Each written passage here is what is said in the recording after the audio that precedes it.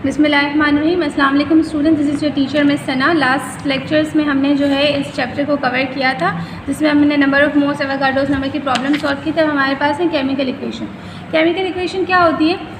जब भी किसी केमिकल फार्मूला को हम सिंबल से रिप्रेजेंट करते हैं और पूरे रिएक्शन को हम इस तरीके से कि जब रिएक्टेंट जो है एक रिएक्टेंट दूसरे रिएक्टेंट के साथ कंबाइन होकर एक प्रोडक्ट की फॉर्म बनाता है और इन तमाम चीज़ों की हम सिंबॉलिक रिप्रेजेंटेशन जो करते हैं वो हमारे पास क्या कहलाती है? केमिकल इक्वेशन कहलाती है। ठीक है, अब हमें ये चीज़ इसमें पता होनी चाहिए कि लेफ़्ट हैंड साइड पे जो भी हमारे पास चीज़ें होती हैं वो क्या होते हैं? जो भी सब्सटेंस होता है वो हमारे पास क्या होता है? रिएक्टेंट। ठीक है, और राइट हैंड साइड पे जो भी हमारे पास सब्सटेंस होता है वो हमारा क्या होता है? प्रोडक्ट। ये लेफ़्ट हैंड साइड पे रिएक्टेंट होता है, राइट हैंड साइड पे क्या होता है? प्रोडक्ट होता है। और किसी भी केमिकल इक्वेशन को बैलेंस करने के लिए हम उसके कोफिशिएंट से उसको बैलेंस करते हैं। कोफिशिएंट आपको पता है ना क्या होता है? Like for example a+b is equal to ab। तो कोफिशिएंट क्या होता है कि किसी भी प्रोडक्ट के या कंपाउंड के साथ जो नंबर लिखा हुआ होता है वो हमारे पास क्या होता है? कोफिशिएंट होता है। ठीक है, तो कोफिशिएंट से हम किसी भी केमिकल इक्वेशन को बैलेंस करते हैं। फिर इसके बाद अगर आपके पास ये जो एरो है, यहाँ पर जो सिंपल रिएक्शन हो रहा है सिंपल एरो, लेकिन अगर आपके पास एरो के ऊपर डेल्टा बना हुआ हो, इसे हम कहते हैं डेल्टा। तो इस डेल्टा का मतलब होता है हीट, यानी कि इस रिएक्शन को परफॉर्म होने के लिए हमने हीट प्रोवाइड की है, या इस रिएक्शन को जो है वो प्रोडक्ट में कन्वर्ट होने के लिए रिएक्टेंट को हीट की ज़रूरत है। तो अगर डेल्टा बना हुआ है तो इसका मतलब रिएक्शन में क्या इन्वॉल्व है? हीट इन्वॉल्व है। फिर दूसरी चीज़, अगर कोई कैटलिस्ट किसी इक्वेशन में मौजूद है तो फिर वो कैटलिस्ट भी इसी एरो के ऊपर मौजूद होगा। ठीक है, अब आप आ जाओ बैलेंस इक्वेशन पे। तो हमें तो सबसे और बैलेंस इक्वेशन जो है वो हमें क्या चीज़ें बताती है? एक तो हमें बताती है nature of reactant and product. आपने देखा होगा कि कुछ रिएक्शंस में आपके पास जैसे वाटर लिखा होता है तो इसके पास स्मॉल l लिखा होता है, इसका मतलब होता है लिक्विड। ठीक है, वाटर किस फॉर्म में है? लिक्विड फॉर्म में है। इसी तरीके से आपके पास कोई एक प्रोडक्ट होता है, फॉर एग्जांपल NaCl। तो NaCl के साथ अगर S लिखा हुआ है तो इसका मतलब है सॉलिड। ठीक है, तो ये आपके पास मतलब क्या है? NaCl किस फॉर्म में है? सॉलिड में। वाटर किस फॉर्म में है? L लिखा हुआ है तो लिक्विड फॉर्म में। और अगर कार्बन डाइऑक्साइड है फॉर एग्जांपल और G लिखा हुआ है तो इसका मतलब क्या है? गैस। तो ये आपको जो है वो इक्वेशन के ज़रिए प्रोडक्ट की नेचर भी पता चलती है कि आया वो कौन से मैटर के फॉर्म में है, सॉलिड, लिक्विड या गैस।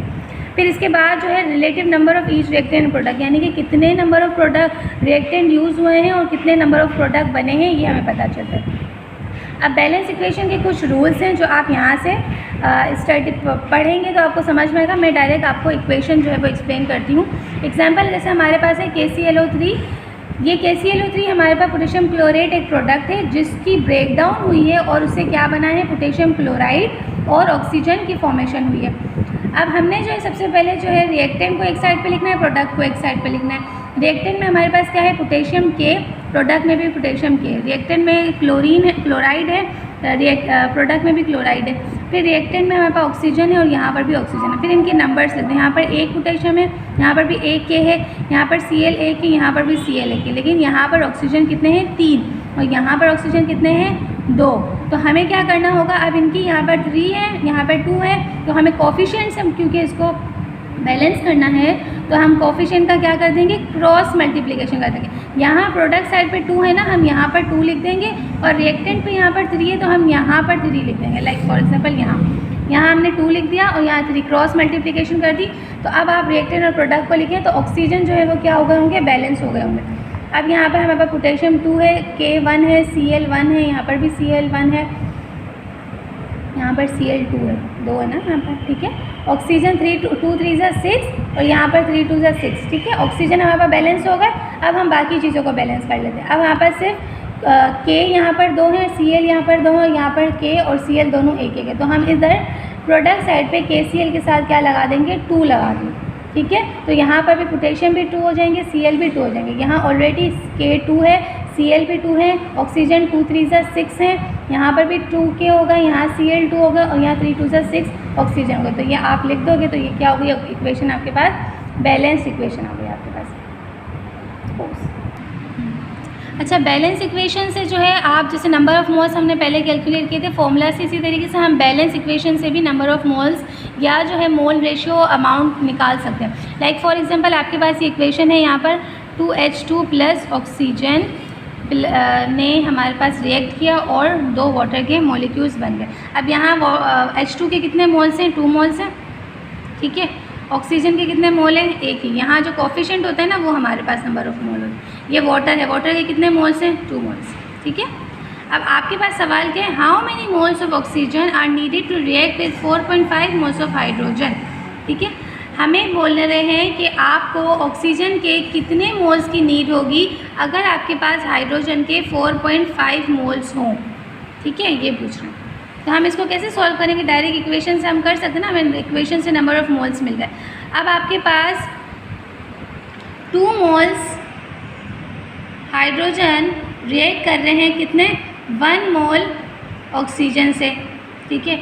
अगर हम इस हाइड्रोजन को, क्योंकि हमारे पास गिवन हाइड्रोजन है, तो हम इसको क्या करेंगे? इसको 1 करेंगे। तो 1 मोल अगर हम हाइड्रोजन कर दें तो ये कितने हो जाएंगे? 2 मोल्स हाइड्रोजन से 1 मोल ऑक्सीजन बन रहा है, तो 1 मोल हाइड्रोजन से कितने बनेंगे?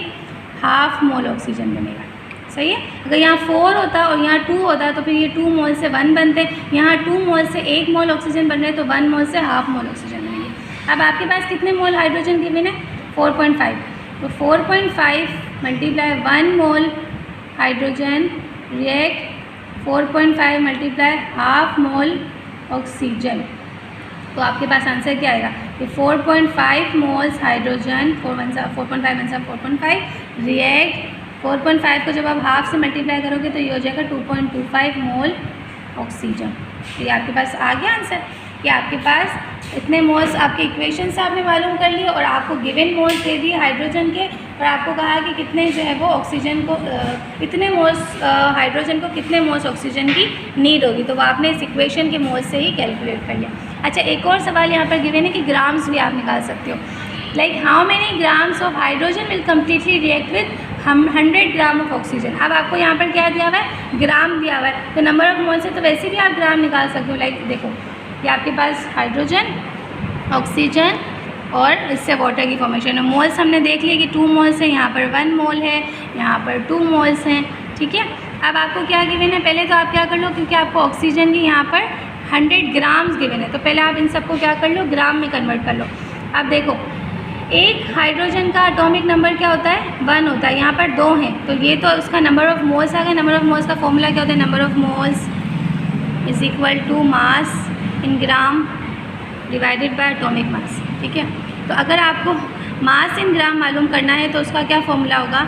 मास इन ग्राम का होगा number of moles multiply by atomic मास होगा, ठीक है। तो नंबर ऑफ मोल्स यहाँ पे हाइड्रोजन के 2 होगा, इसको मल्टीप्लाई करेंगे एटॉमिक मास से।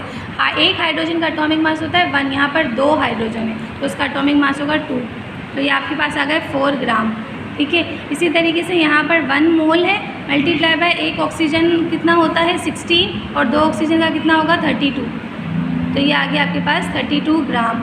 इसी तरीके वाटर हमारे पास क्या होता है? एक ऑक्सीजन हो गया प्लस वाटर का 1 होता है, और आप जो है वो